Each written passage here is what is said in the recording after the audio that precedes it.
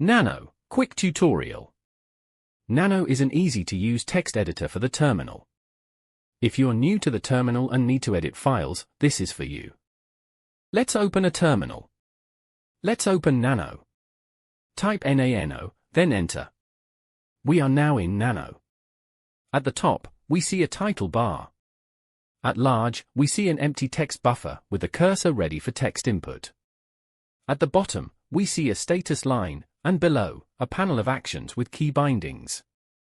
This action here, exit, has the Ctrl-X key binding. In Nano, and in the terminal, the caret symbol is conventionally used to represent control characters.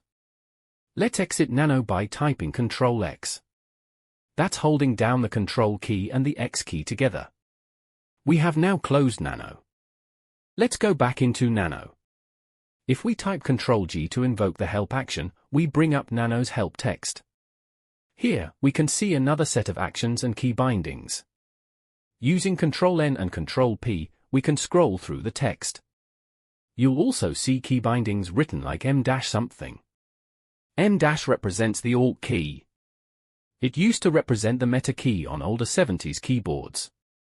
Thus, M- means Alt/. And M- means Alt/.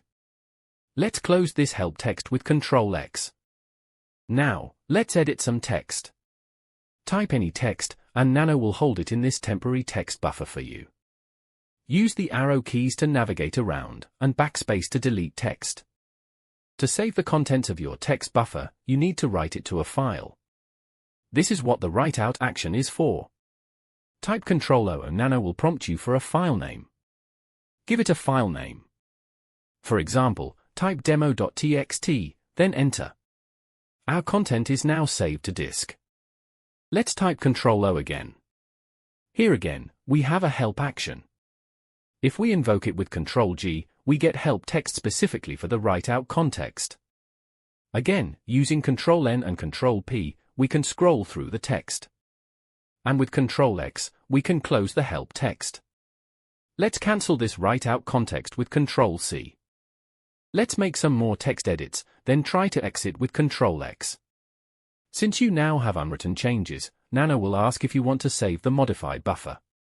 You can respond by typing Y for yes, typing N for no, or typing Ctrl-C to cancel exiting Nano.